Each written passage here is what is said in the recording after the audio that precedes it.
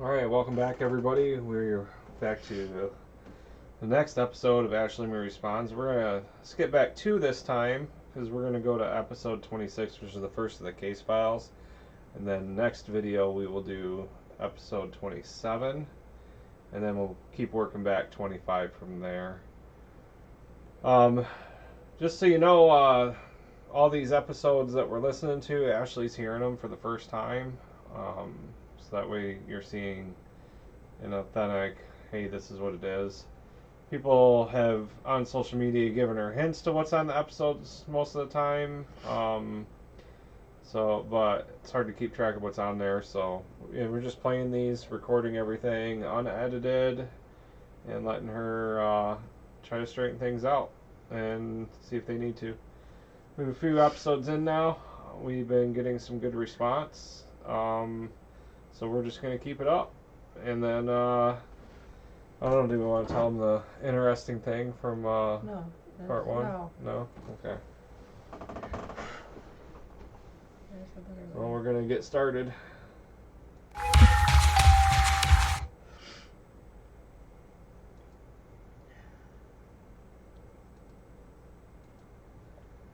Uh-oh.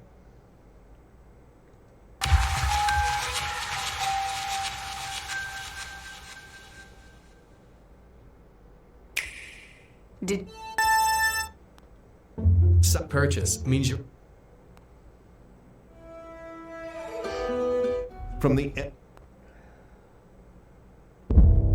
in episode 25, very different. Sheldon's character was revealed when we got a glimpse into Sheldon's private conversation with Brittany. Those messages show a man doing his best to support a woman he cares about deeply.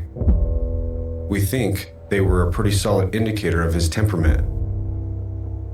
As a side note, on December 1st, 2018, at 10:28 p.m., Sheldon makes an attempt to reach Brittany on the account she shared with Cage by sending a thumbs up. When we access Sheldon's Facebook account, we check for correspondence with that account. We see that the thumbs up was sent, and we see it was opened. On July 17th, 2019. Eric finds out from Sheldon that he's given the notebooks to Jessica. Eric vanishes. He never makes another attempt to speak to Sheldon again, not about the missing mother of his children, and not about the woman he claimed to be so concerned about just 24 hours before. Oh, and speaking of Eric, here's an additional piece of information to chew on. 8 months after Brittany disappears, on July 9th, 2018, Rockford, the PI, receives a screenshot showing Brittany's most recent account with the well-known green dot next to her photo to indicate the account is active. Rockford messages Eric and says, "Someone was on Brittany's Facebook last night at about 11 p.m. Eric responds to Rockford and says, "Was already shown that. Thanks. I'll tell you like I told her mom. I just got the fuck out of the probation center. I'm busy." In the transcript Ashley provided of her conversation with Rockford, the conversation between them ceases on June 4th after a disagreement. Brittany's account shows as active July 9th, 2019, when Rockford sends a message to the account demanding to know who's using it, saying, "This isn't a joke. You need to tell me who this is." When there's no answer, Rockford sends another message at 10:57 p.m. and says, $1,000. Deliver me the phone. Cash. No names needed. The following day, on July 10th, 2019, at 1:57 p.m., there's a response to Rockford from Brittany's account. Pause that. But first, what he's not including is first, I unblocked Stefaniak and I said, hey, that's me and Britt's account. and he told me to prove it. I said, how do you want me to prove it? He said, I don't know. Go in and like take a screenshot or something. Prove it to you in there, and then we'll talk and we'll do it your way. I said, fine. So I logged in, and now you'll understand why I said what's about to be said. It's me. Now we do things my way. We see in the transcript of their conversation that on the same day. So he said, yeah. I said, go back to mine. I logged out of Brittany's, went back to mine. And I clarified. I said, now that we're doing things my way, I don't have a way. I'm not the PI. You are. So I gave him the lead. I wasn't controlling shit the way that it just made it sound. Continue. July 10th, 2019, the conversation between Rockford and Ashley picks up again. In her opening message to Rockford, Ashley says, "It was me and Britt's Facebook."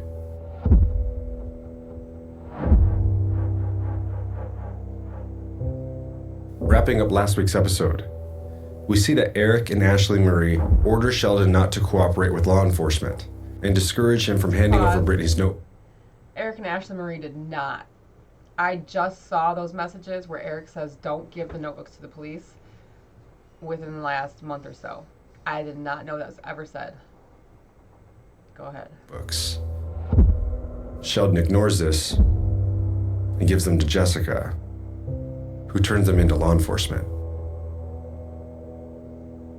In today's episode, we'll begin to explore the case file. We've decided to do this in a roundtable discussion format. This way, you can follow along with our discussion and our travels through the case file. And I'm gonna warn you, it's a lot. You're gonna have to keep up.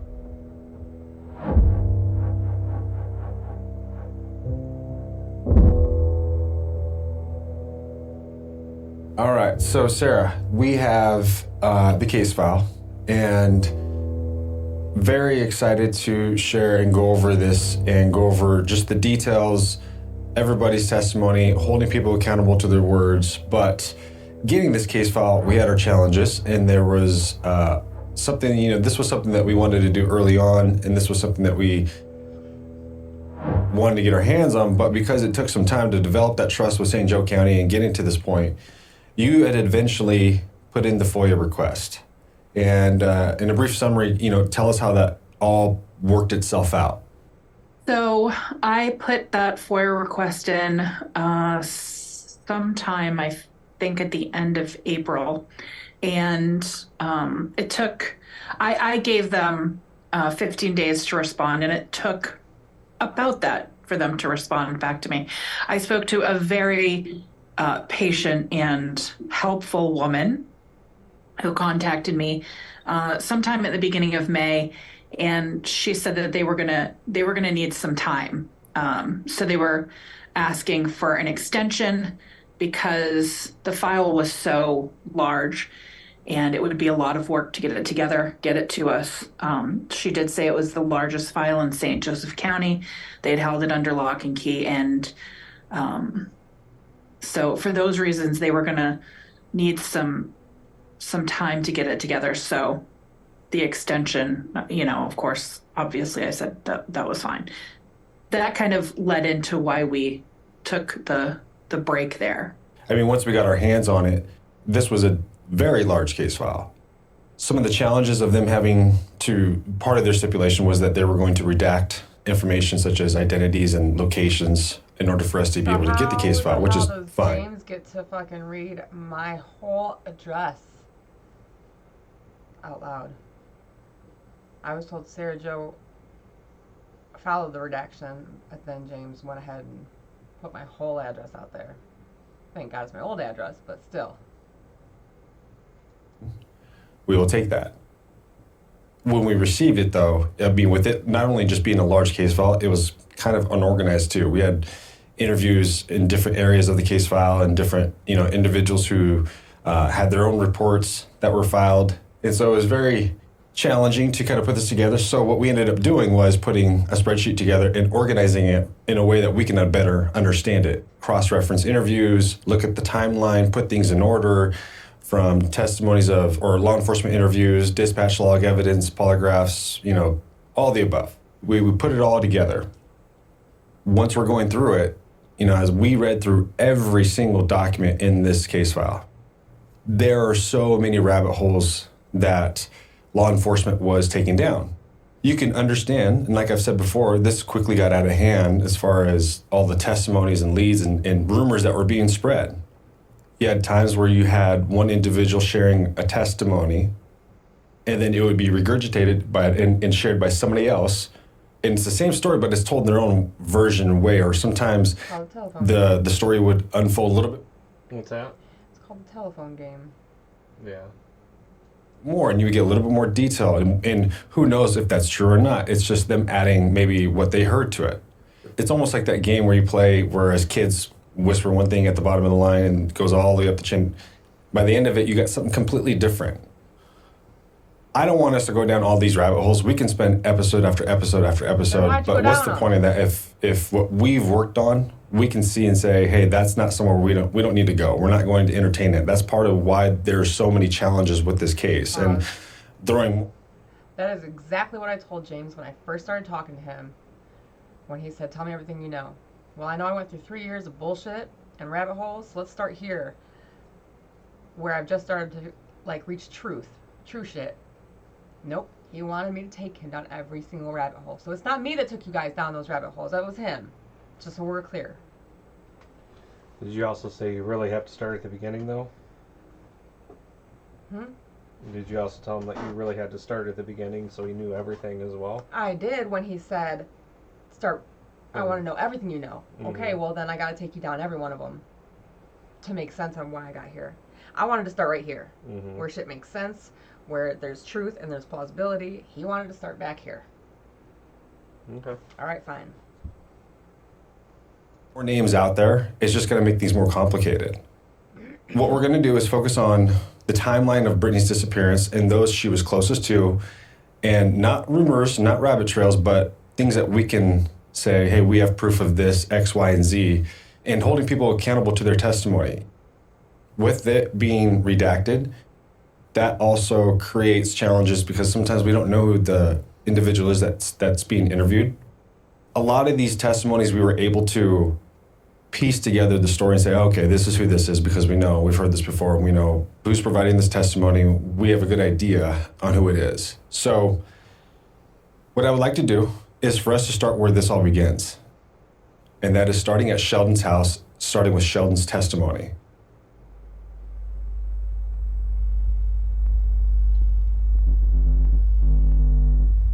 So Sheldon voluntarily goes to the sheriff's department for an interview. He is talking to an officer, and he says he's known Britt for a long time and that they officially began dating again on or about 11/22. This would line up with what we saw on her Facebook.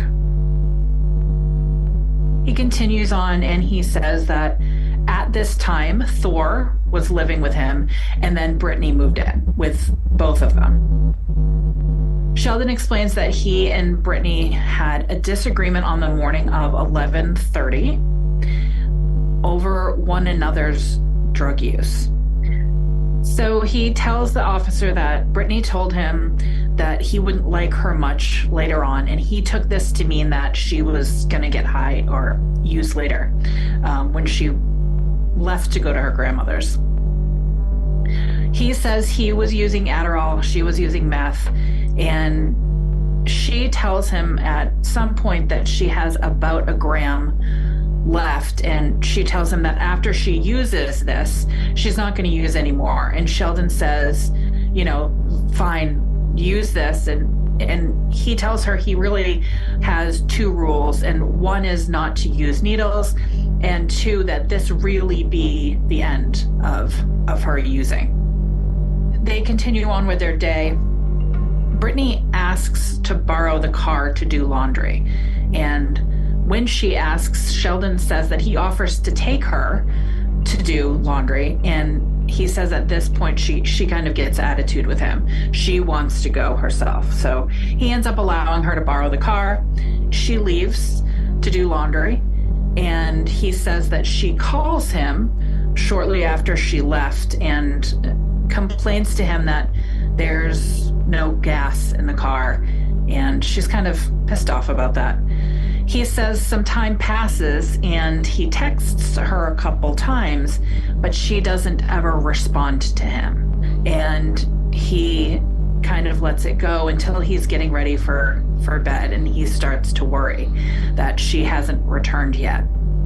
Before he goes to bed, he decides he's going to call his friend Bowman, which, we've heard from him, and ask Bowman if Bowman could give him a ride around town, maybe figure out where she is, maybe find the car.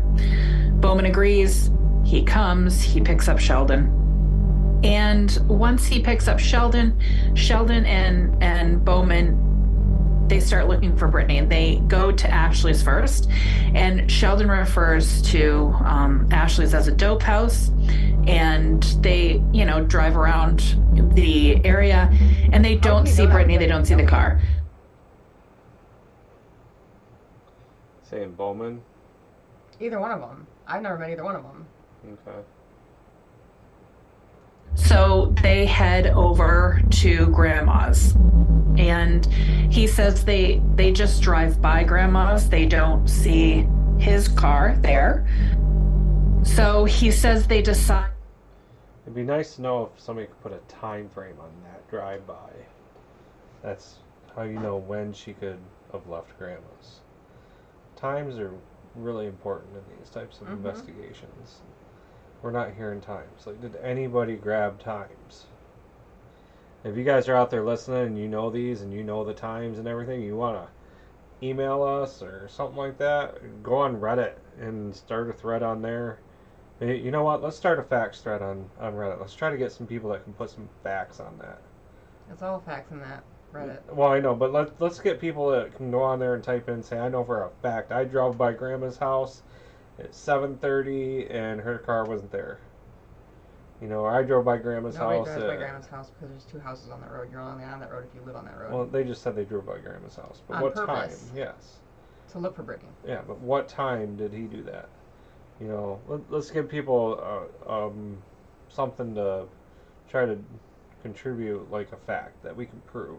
The only times I have is a 911 call and a voicemail that was left for Jessica talking about get a hold of me. Yeah. Which was Like I 7 said, minutes after last I'd month. like to see an actual 911 transcript. So would I. To drive back over to Ashley's, take one more look, and again they don't see the car. Bowman heads back to Sheldon's to drop him off. Bowman drops him off, and Sheldon leaves his phone in Bowman's vehicle. He forgets his phone. So Bowman leaves, and Sheldon says that he gets his car from impound the following Thursday after the incident. In his statement, he says this. And he says when he gets the car from impound, the purse has been dumped out, thrown around. He says it's kind of in shambles, and the glove box has been gone through. And Sheldon says that he noticed the windows, two of the windows were down, and there's snow inside the car. And he mentions that her laundry is still in the car, and I assume this is the laundry that she was doing at Grandma's. He mentions not finding the phone in the car, but he does say that he finds a couple SIM cards, which he later gives to Jess. An officer asks Sheldon about, if he'd received any contact or threats or communication since this incident, and Sheldon confirms that yes, he has. And he mentions that somebody showed up at his house, the name's redacted, somebody shows up at his house, and Sheldon refers to the person who has shown up at his house as spun out. And I think he mentions in his interview with you that Eric showed up and was chewed up. Mm-hmm. So Also, they the found a way around officer the redactions. asks Sheldon how he knew Ashley's was a dope house, and Sheldon. What's that? They found a way around the redactions so they could still tell you what was redacted. Mm-hmm. That's fucked up. Oh, because they know, well, who's it, from what's going on, who the people are in the interview, even though names might have been redacted. Right. They redacted the names because they didn't want them released to the public. Yeah. So they're finding a way around it because they're crooked fucks. Explains that he had brought Britt over to Ashley's previously to pay a small debt she had. And I think he mentions this also in his interview with you, that this is just prior to Friendsgiving. Right. He says this takes place on the 24th because it was after Thanksgiving, but the weekend of Thanksgiving, which we know the 22nd Correct. that year was when Thanksgiving fell on that Thursday. So this would have been the 24th, which contradicts the last time you saw Britt at Walmart on the 23rd. Because Ashley says she saw Brittany at Walmart when she went to go get the headlight, and this whole interaction happens. Right. Is on the 23rd is what she says. But Not Sheldon's just saying, what no, I I took say. her. I don't give a shit what Sheldon says. I have the messages time stamped for the 23rd. There's no question about that I saw Britt on the 23rd. Continue. Back over to her house, Ashley's, on the 24th, and she went inside to pay a debt, but then came out with more drugs. Yeah. And Sheldon confirms that. Sheldon says that she went inside to pay this small debt, but she came out with more narcotics. So That would have been the 23rd. definitely contradicts what we've heard. Okay. That would have been the 23rd when she hit me up and said, "Hey, I got the $20 I owe you." And I'm like, "What, 20 bucks? I didn't even know you did." She said, "Ask Pocket, he knows." Okay. So did I just hear this right, though? They said, like, he didn't place the date of the 24th. He just would have said the weekend. Mm-hmm. Most people consider Friday a weekend. Correct. The start of the weekend. He's just trying to find any way to say I lied. So they're like, oh, well, we think Sheldon means the 24th because it's that weekend. Even though Ashley has Thanksgiving. concrete evidence and proof that it was the 23rd. Yeah. But is he getting Sheldon to say, oh, yeah, I know it was the 24th for sure, to make you a liar? I mean, I we need to didn't hear rewind. anywhere where let's, Sheldon said Let's for rewind sure. this a little bit. The interview, yeah. Went to go get the head giving, which we know that I feel Pay like a they small said debt she Sheldon- had. Or asks said it was who Ashley. has shown up at his house as spun out. And I think Let's he listen to mentions this. in his interview with you that Eric showed up and was chewed up. So the officer asks Sheldon how he knew Ashley's was a dope house, and Sheldon explains that he had brought Britt over to Ashley's previously to pay a small debt she had. And I think he mentions this also in his interview with you, Okay. that this is just prior to Friendsgiving. right. He says this takes place on the 24th because it was after Thanksgiving, but the weekend of Thanksgiving, which we know the 22nd Correct. that year was when Thanksgiving fell on that Thursday. So this would have been the 24th, which contradicts the last time you saw Britt at Walmart on the 23rd. Because It definitely doesn't contradict what I said. Did Britt come to your house on the day that you seen her at Walmart as well? Yeah, Okay. which was the 23rd. On a Friday, which people would consider the start of the weekend. Right. So they're trying to say that because their definition of the weekend is actually Saturday. I bet their definition of the weekend is Friday as well, just not in this incident because it's me. Yeah. So they're trying to say, for concrete, we know. Yeah. Per testimony, she was at Ashley's on the 24th. This is 'Cause what they're I'm getting. dying to catch me in a lie, This is what I'm getting out of this. but they're not. Ashley going says to, she but saw they have Brittany to. at Walmart when she went to go get the headlight, and this whole Right. interaction happens. Right. Is on the 23rd, is what she says. But Sheldon's saying, no, I took her back over to her house, You're a Ashley's, disgusting piece of work. Jim. on the 24th, Yep. and she went inside to pay a debt, but then came out with more drugs. Yeah. And Sheldon confirms that. Sheldon says that she went inside to pay this small debt, but she came out with more narcotics. So that definitely contradicts what we've heard. The interview kind of wraps up with the officer asking Sheldon if he had found Brittany's phone or wallet in the apartment or the car since the incident occurred. And Sheldon says no, he has not found either of those things. What sticks out to me about that statement by him is when the car is impounded on the 30th, no one else gets into that vehicle until Sheldon does when he retrieves it back from the impound. So when he goes inside of it and he looks in there, it's been said by Ashley that Jessica went and grabbed the phone and took it to law enforcement, and she turned it into law enforcement. But it's been said by Ashley, who read it on Facebook because Darian posted it. Fuck. before she did, she wiped it. Which I don't know how you know that she looks in there. There is a screenshot. I'll find the screenshot. It's been said by. Okay, here, let's listen. What sticks out to me about that statement by him is when the car is impounded on the 30th, no one else gets into that vehicle until Sheldon does when he retrieves it back from the impound. So when he goes inside of it and he looks in there, it's been said by Ashley that Jessica went and grabbed the phone and took it to law enforcement, and she turned it into law enforcement. But before she did, she wiped it. Which I don't know how you know that she wiped it before she turned it in. I don't know. I don't understand that statement. How do you know that she wiped it? Because her daughter says He doesn't so. see the wallet. A purse is flipped upside down. Things are scattered. Cell phone's also not in the house along with the wallet. So we're missing those two items. If Sheldon was responsible for Brittany's disappearance and he was involved and he had a role in this, it's hard for me to understand is why put it out there that you got into an argument with Brittany the morning of her disappearance.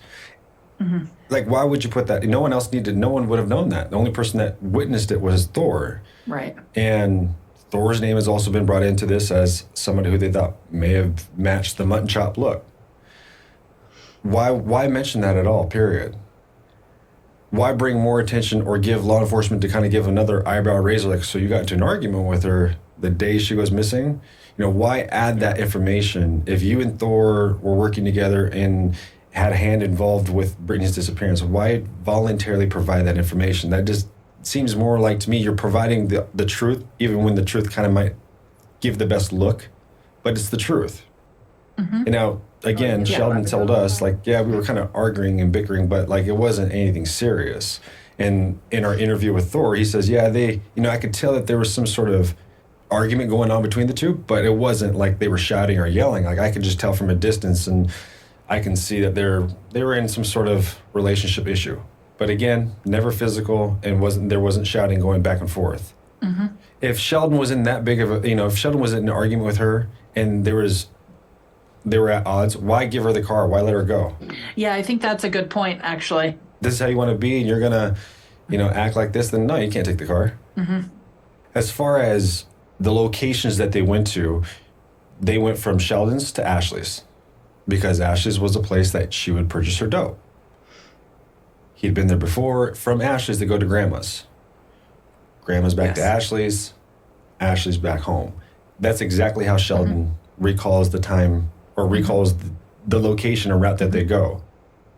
Something else he mentions is after Brittany leaves his house with the car, she does call him, asking about gas. His story seems pretty accurate, given the fact that it's been 3 years. I mean, he's still pretty consistent. Yeah, I mean, this interview that he gives seems to be very similar to the testimony he gave you. And again, even when it doesn't look good, you still provide information because you're just being transparent. You have no reason why. And in my mind, he's probably not even thinking about like how this is going to look back on him. He had no idea that this would flip the way it did. Right.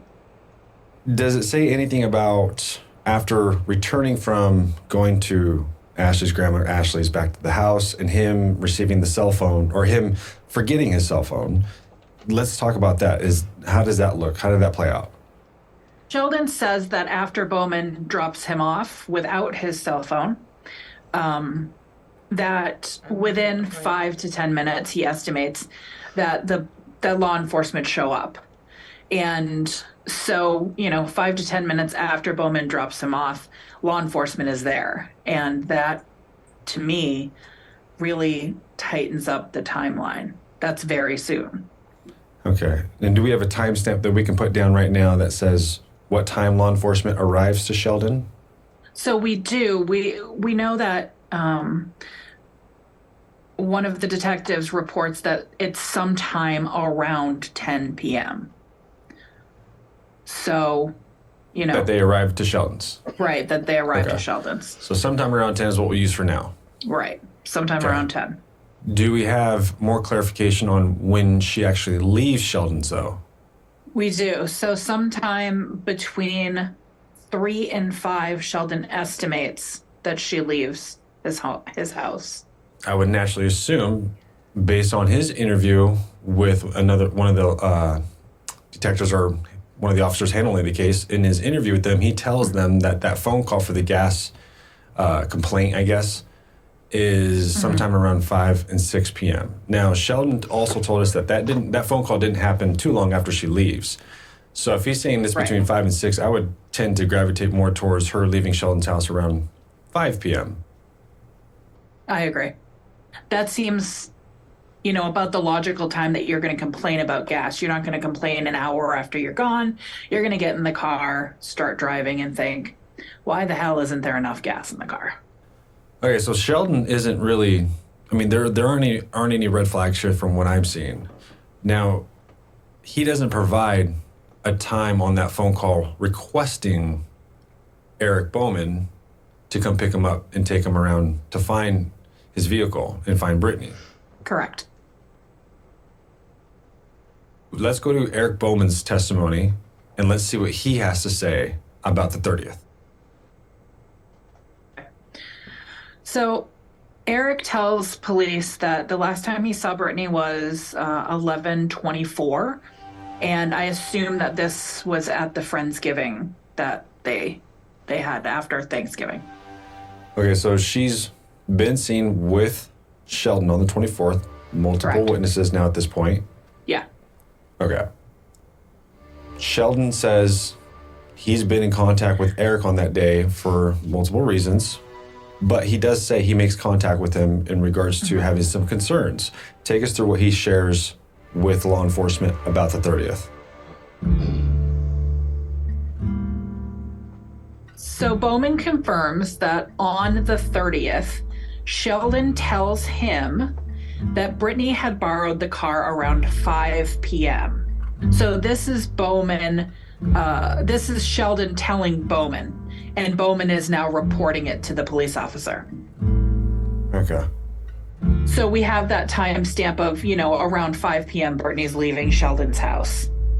And Bowman allows the officer to look at his phone and see that Sheldon calls him and asks him to pick him up to go look for Britt at 9:42 p.m. Okay, so now that's a hard timestamp. So law enforcement sees the phone call on Eric Bowman's phone. Correct. Calling Sheldon at 9:42 p.m. Correct. Meanwhile, Sheldon has already been in contact with Ashley and Eric. She never communicates actually with Ashley on the day of, but we know at this point he's already called them multiple times. He's looking for Britt. He's trying to get a hold of her. She's not answering, so then he eventually makes his contact with Eric Bowman at 9:42 p.m. for the ride. So let's say Eric Bowman, how long did it take for him to get from his house to Sheldon's? We thought it was anywhere between 10 to 15 minutes. Right. I would even, be generous and say 15 minutes. The call's at 9:42. Let's say he arrives, getting his keys, getting out the car, driving, stoplight, whatever. Let's say it's 10 p.m. So let's say Eric Bowman is at Sheldon's by 10 p.m. Sure. and are in the process of leaving. Yes. Okay. So Bowman continues on talking to the officer in his interview, and he tells the officer that the Facebook that he had most recently communicated with Brittany on was the Wallace and Brittany account that we have the download for. And he wraps up the interview. The officer wraps up the interview by asking Bowman what he thinks of the relationship between Brittany and Sheldon, if it was a good one. And both Bowman and his cousin agree that, yeah, they believe that it was a good relationship. Does Bowman's recollection of where they went that night on the 30th match Sheldon's? Yeah, Bowman says that they went to Ashley's and Grandma's, and he agrees that they didn't go into either place. They just went by looking for the car. Okay. Pretty much matches up with what he told me, what he told law enforcement with Sheldon's story. Yeah. Things seem to be matching up. One thing you mentioned is he talks about having conversation history, or communication at least, with Brittany on her most recent Facebook. But when I look at the download, I don't see any conversation history between Eric Bowman and Britt. So it's just something to point out. I don't know if there's anything to it, but when I go in there and I look at what was provided, it's not in there. Right. We don't see that. So I guess, Sarah, the biggest takeaway that sticks out to me is the 9:42 p.m. call. Absolutely. Let's talk about Thor. Let's talk about Thor. I'm still trying to find that picture. Thor was the guy who was kind of couch surfing at this time, and he'd asked Sheldon if he can stay at his place for a few days to kind of get on his feet. Was supposed to be at Sheldon's house the night of the 30th watching Sheldon's daughter. Can we first confirm that Sheldon's daughter was there? Well, Sheldon did say in his testimony that while Brittany is dyeing her hair that morning of the 30th, he goes to pick up his daughter. So we do have that mention. All right, so his daughter is there. What does Thor say about the 30th? So Thor's interview is relatively short, and he confirms that he moved in with Sheldon and Sheldon's daughter, and then Brittany moved in. He says that Brittany and Sheldon, spent a lot of time hanging out in their bedroom. He mentions that Brittany and Sheldon had a disagreement that morning on the 30th, and he said it was, from his perspective, was about life choices. And he says that he knew that Britt had used meth and that Sheldon, he thought, had been clean. He says he was there on November 30th when the police arrived, and he confirms that law enforcement arrived when Sheldon had just, gotten back from being out with Bowman not long before they arrive. And really, that's about the extent of his interview. So Thor also acknowledges the argument. Yes. Again, why would you do that if you guys were involved and you were responsible? Why would you both willingly provide that information if that's not something that of course, that's just not going to look good. They're just telling the truth. Yeah, they're just rehashing the day as the day happened. In my eyes, let's say if these guys were involved, and again, in my eyes, why would you put that out there if you both were controlling the scene? If you both had a hand in this? Like, why would you do that? Yeah. It seems to me, if you were guilty of something, arguing that day would be something that you would hide. Mm-hmm. And the fact that the 911 call came in at 8:51, Sheldon's requesting a ride at 9:42. Yes. That just, is more concrete information and proof by a phone call that law enforcement saw with their own eyes. Sheldon was home at the timing of this incident taking place. And not only is that confirmation by law enforcement about Sheldon being home, but we have confirmation from law enforcement that the actual time of the call is 9:42 because Bowman gives his phone to the officer and the officer sees the timestamp. You're writing those times down. What's that? Now that we have Sheldon, Eric Bowman, and Thor's test. Sorry? Are you writing the times down? Yes. Okay. Yep, I'm trying to write times down just to After I find summarize. this, I've been trying to summarize the day, so. after I get this screenshot, I'll pull the time for that voicemail. Okay. Testimony. Everything seems to be lining up. It wasn't until we got this case file that I actually found out about this next section in this next interview. And that is conversation between Brittany and Zachary B. He was the guy that she was talking to while he was inside. He was serving some time. She actually has 3 calls with him on the 30th, all recorded, obviously. Talk to us about those calls. So the statement starts off with an interview, and the first call was on 11:30 at 16:44 hours, so that's 4:44. And it goes on to say, you can hear Brittany speaking, and it sounded like she was walking outside. You can hear a male's voice and kids in the background. She started talking about how she dyed her hair black, and she had gotten up at approximately 2:12 p.m. on this date. She stated that she was waiting for a lady to call about a job and was getting a place. However, she did not say where the place was. In the conversation, Brittany talked about a subject by the name of Pocket going to jail last night, which I knew from information. And when I say I knew, this is the detective writing the statement, which I knew from information prior that the subject was Polly, who was Ashley's boyfriend at the time. She talked about Pocket's old lady and Eric, which I believe to be Eric S. She stated she didn't need anything and said something about him doing some revengeful bullshit. I believe she was referring to Eric S. doing some revengeful bullshit in that conversation.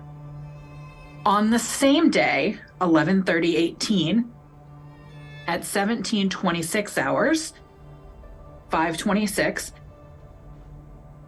a second call was made to Brittany, which she stated, I do everything for you, Zach. I told you what I'm doing. In that conversation, you could hear music in the background, and it sounded like someone was in a car driving. She stated she had to go do laundry, and she had gotten into a fight with Sheldon. She then started speaking about a 4-year-old and then talking about him not going back to work, which I believe she was speaking in reference to Sheldon. She went on to talk about Sheldon's rent and the landlord. She then made the comment to Zach that she had to have him on speakerphone while she was driving. She had to be careful because she had a paper plate on the car, and stated that she had his car, meaning Sheldon's Mercury. She stated she did not know what kind of Mercury it was, and talked about how Sheldon was off on that date. I assume that means work, off on that date, and that he did not work on Fridays. She stated to Zach that she was still going to help him, and then started to describe how foggy it was outside. She made the comment, ever since this happened, it was unclear what she was speaking about. She then started talking about how she did not have a schedule for work, and she started speaking about work and them cutting her hours. She was telling Zach that she was going to call her boss about the hours after she gets off the phone with him. She then made a comment that she wasn't fucking around like Dane. Unknown who that is. It says Dane, but I'm wondering if that was in reference to Daniel. Yes, agree. She then started talking about how she'd probably start a job in Indiana on Monday. The third call on 11:30:18 at 17:42 hours, 5:42, stated she was almost to grandma's, and Zach said to be careful, and then he stated he would call her after his shower, and that was the last phone call Zach had with her. I'm curious, and I don't think it says it in there, but it doesn't mention a fourth attempt to make a call after that shower? No. In this statement, it does not, no. I wonder if call attempts, because if he calls and let's say her phone's off, I wonder if it would show. I would imagine that the jail call records, it would show an attempt. Okay, let's break that down, those phone calls. First one is the 4:44 p.m. That phone call at 4:44 p.m., they mention her talking about Pocket, Yes. Ashley's guy, and then also Eric. Yes. Eric makes a comment about doing some sort of revengeful bullshit or revengeful shit to her. Yes. That's obviously, again, another thing that sticks out on the day of her disappearance. She's acknowledging that there's some friction between her and Eric This is all new S. to me. Yeah, it does sound like that. And What's that? This is all new to me. I haven't heard any of this yet. Yeah, and you've had your own theory about the divorce papers. again, she's confirming, because Ashley was the one who was trying to kind of say Pocket got picked up and arrested, or she was questioning herself, thinking it was on the 28th. Here is Brittany saying the night before. I have never questioned it or thought it was the 28th. Another woman and I don't even want to get into this because everyone's going to attack me for it, but I have a screenshot somewhere, but it's most likely, knowing my luck, on one of my hard drives that got stolen. There was a mugshot, the same picture of him on the 29th, but it had 28. And me and this girl were trying to figure out if it was a typo. She's the only one I've ever known that's seen that too. That she saw it. And I did find that fucking screenshot a couple times over the last few years. I'll keep my eyes open for it. But I've never once thought it was the 28th. I've always known it was the 29th. And that's why it was so strange that we saw the 28th. Go ahead. Or Pocket got picked up on the 30th, referring to the 29th. I wonder what that revengeful shit Eric's talking about. Her wanting to get a divorce? Or do you think this could have been more about the October comment she makes to Sheldon, where she says something about how it was Eric the entire time, and Sheldon's like, what do you mean it was him about I think we thought it was about the raid. What are you trying to seek revenge for? Brittany's saying it herself. This isn't an opinion. This isn't us giving our opinion on the relationship or reaching. Again, law enforcement listened to the call. This comment about doing some revengeful bullshit, I think that could be about either of those things, something happening in October, or, the raid or the divorce paperwork. I think it could easily apply to any of those things. And then we have the comment where Sheldon is talking to Eric, and Eric says, last time I heard from her, or he had reached out to her about that shit she had for him or something like that. Yeah. Yes. Hey, we can clear this up if we can have a conversation. Let's move on to 5:26 p.m. She's now in the car. Yes. Background music. Sounds like she's driving. She tells Zach she's going to her grandma's to do laundry, and that she also got in a fight with Sheldon, which we know that argument between her and Sheldon, we kind of know the context of that. Let's talk about that last call at 5:42 p.m. She tells Zach that she's almost to grandma's. He does tell her he'll call her back later on that evening after he gets out of the shower. Yes. I wonder if there's ever, if law enforcement, if they were able to see if there was an attempt to make that final call, just to see if it did it ring, did it not ring, what time did he attempt to make that call? I'd be curious just to know the details. But she tells him she's almost there. Now, if she's telling Zach, hey, I tell you everything I do, like I'm going from here to grandma's. If she was actually going somewhere else and didn't want Zachary to know at that moment, she would tell him, I'm almost to grandma's, but maybe she's really going somewhere else. I mean, that's a possibility, is that you're explaining what you're doing, but you're taking kind of a detour before you go. And it only makes sense for her to say, hey, I'm almost there, I gotta go, because she's actually really arriving almost to somewhere else. Okay, so at 5:42, that's the last call. And again, we don't have any time. We don't have any duration to show if this was a 15-minute call, 20-minute call. You explained to me that certain facilities have different restrictions, and then, so we don't know if this was a 15, 20, or 10-minute call. But Right. at 5:42, she has that call, tells Zach, go into grandma's. Okay. I think also something else that was important there is the weather has always been, a bone of contention. Some people say it's foggy. Some people say it wasn't foggy. It was clear. Well, here she is right here, stating it was very foggy. In her own words, yeah. In her own words, and there we have it. Right. So that's basically where it ends, is there's these calls. Again, we didn't have these before, so being able to see the timestamp, we can kind of say, okay, we know that she was talking to him while she was at Sheldon's. She talks to him when she leaves, and then she's talking before she arrives to grandma's, like she does say, or somewhere else. We know that she's obviously trying to get some more drugs because we have Dutchie telling us, yeah, she called me and told her I couldn't do it. You don't see Brittany telling that to Zachary B., of course. Right. Okay. Since that's where it ends with Zach, I want to move on to Grandma's house and the testimonies we gather from there.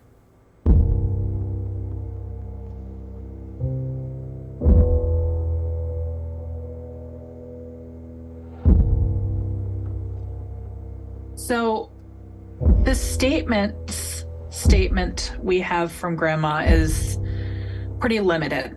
And that's not because of redaction. That's just because her statement is pretty limited. And what we hear from her is that she confirms that me did come over to do laundry. And she says it was earlier in the afternoon or evening, possibly around 1800 hours. So that's, around 6 o'clock on the 30th. She says she was there doing laundry, and she says Brittany was accompanied by a white male that she had never met or seen before. She described the white male as being 5'6" to 5'8", a thin build, short blonde hair, and rather bushy mutton chop style sideburns. And that's really about all we have from Grandma. Okay, so I want to talk about just his build for a second. This is how many days after the 30th? Just 8 days later. 8 days. This is the freshest her memory is going to be from what she recalls and remembers. Thin build, mutton chop sideburns. I would say that would exclude Sheldon in a respectful way. It just doesn't fit his stature. It doesn't fit his stature. It doesn't fit Chuck's stature either. Okay, so and then around the time is 6 p.m. is when she says she's arriving, which if you look at the jail call and you look at the time that she, we know that she's leaving around 5, this would make sense. But again, I think you have to give that room of grace of some 20, 30-minute window because time frames are unique to everybody. 10 minutes for me, and think back about it. I just think with it being around 6, there's flexibility. That's all I'm trying to say. And we don't have any other testimonies from grandmas. This is about it. Her testimony is very limited. And again, like I said, it's not because of redaction. It's just limited. Yeah. It's limited. Okay. We don't have any other testimony from anybody else in the household at that time. But law enforcement, they are made aware of who is present in the household, though, eventually, right? Eventually. Okay, so let's move on to after Brittany leaves Grandma's house. We know that she heads northeast and eventually makes her way down to Workman Road. We have the crash. Mm-hmm. Let's go to John Cassard's testimony.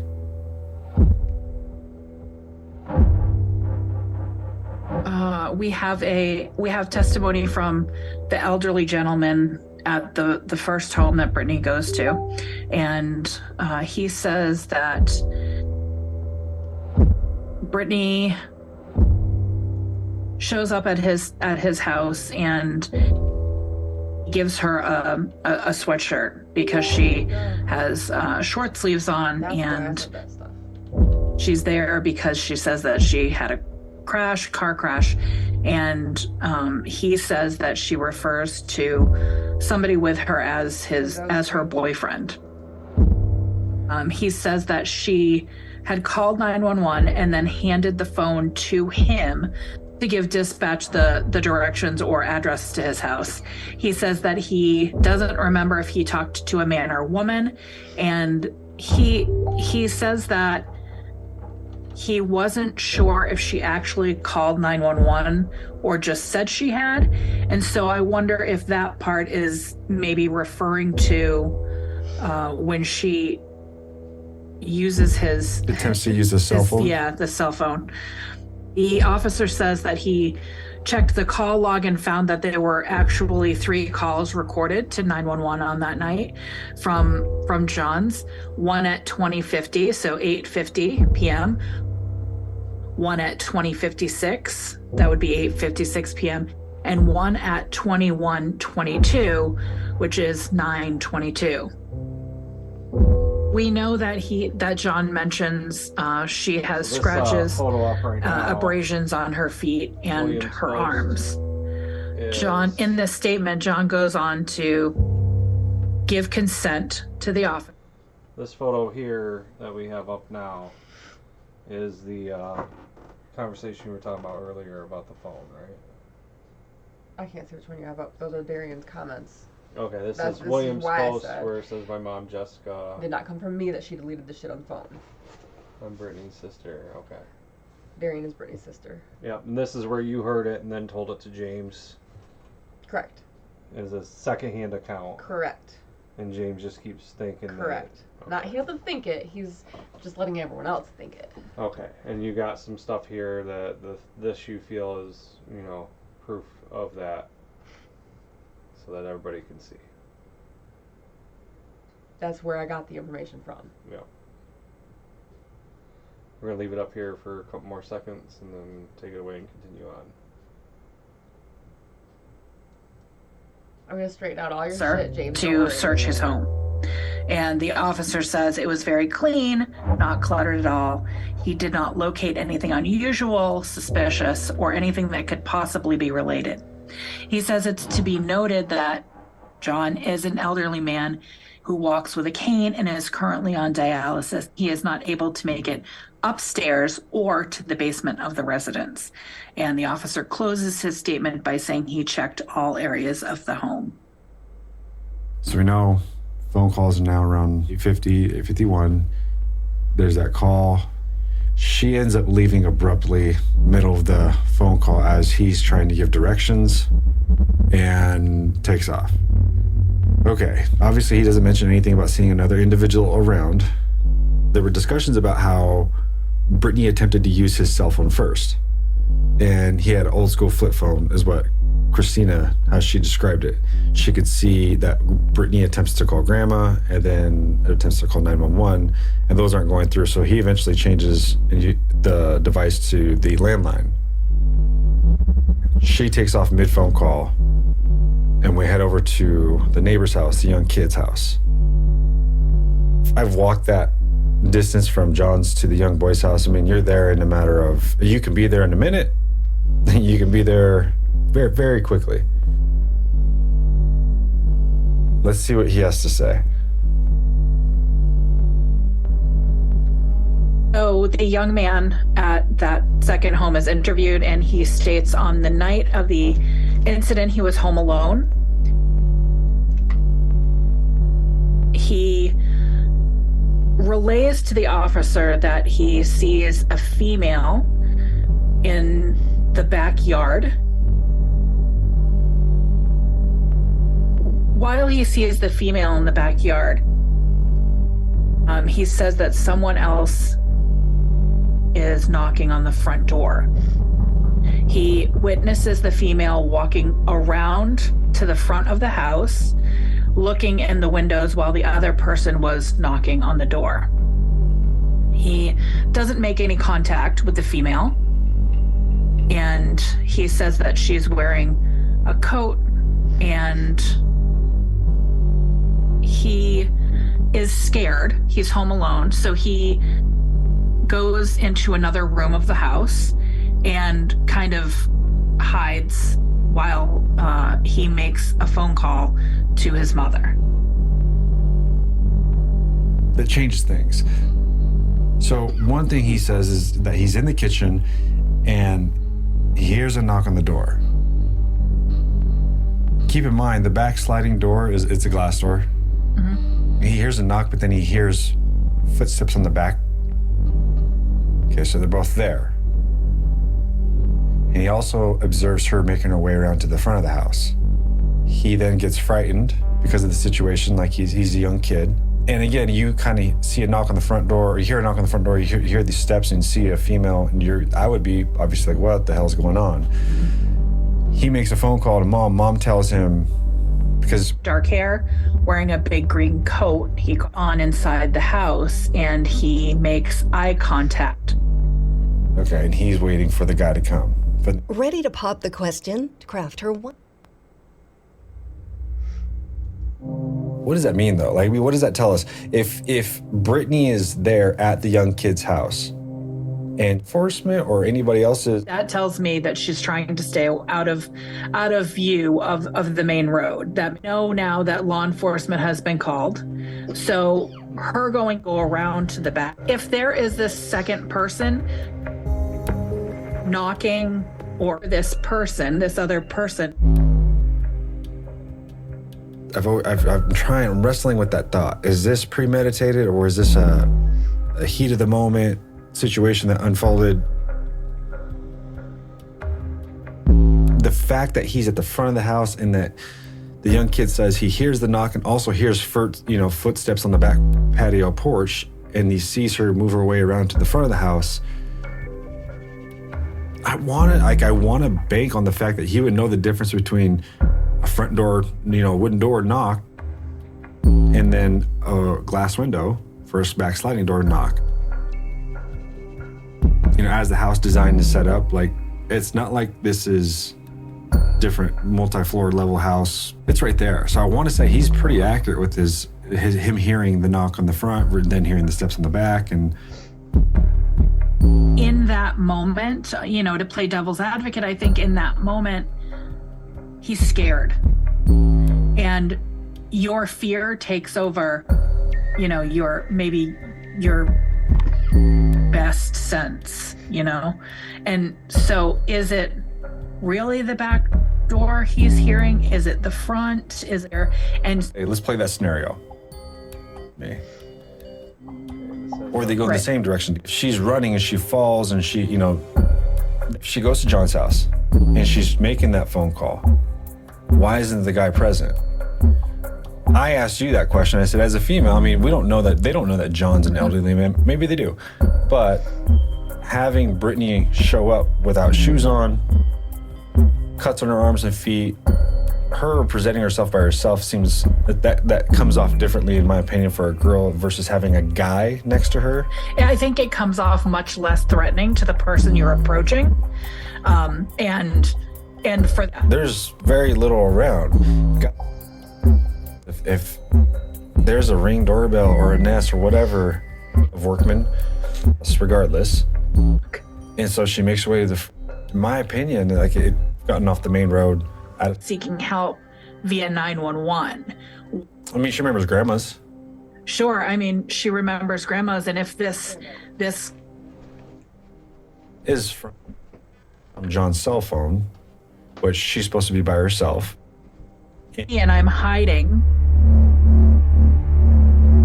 the leap, and I'm gonna call my boyfriend, and back, and I have his car, but I also have a warrant. I'm sorry, I'm gonna take the leap, and I'm gonna call my boyfriend, and take whatever happens after, rather than calling 911.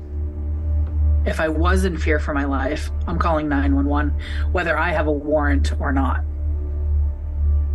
Puts a spin on what we've thought and formulated theories on up to this point. if he is with her and they are leaving, right, and they're exiting the situation and they're trying to get out of it, where do they get picked up and where do they go? I imagine they're returning to where she obviously picked them up from, but where they came from. And who was there to assist them with picking them up? I have a really strong feeling that they get picked up on Watt Road.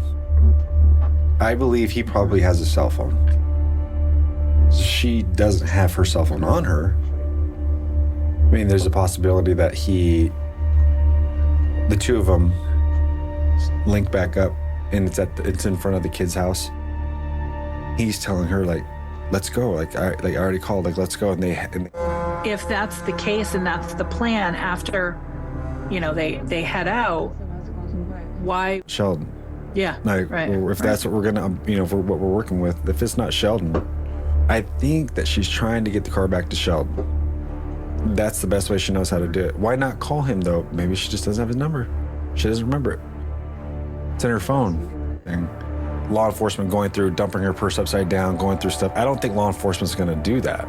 No, agreed. That's what I was just going to say. I think they would have opened Oh, he goes inside the house. and never. What time does law I don't know what's happened to the sound, but it looks like from here they're just talking about all that stuff, and that's kind of irrelevant to the Ashley response thing. So we're gonna wrap up episode 26 right here. I think we've covered any relevant to Ashley information here to straighten anything out. The next one we're going to do is the case file 2 on episode 27. We'll get that out as soon as possible. Probably record that tomorrow night. Hopefully you guys are enjoying this. And have a good night. It takes about 20 hours for these to upload. Yeah. So just know they're coming. Expect probably a day in between. We're spending hour or 2 hours getting ready to make these, making them, and then we're queuing them on the upload. But it literally takes 24 hours to get them uploaded. So again, have a good night. Say bye. Bye.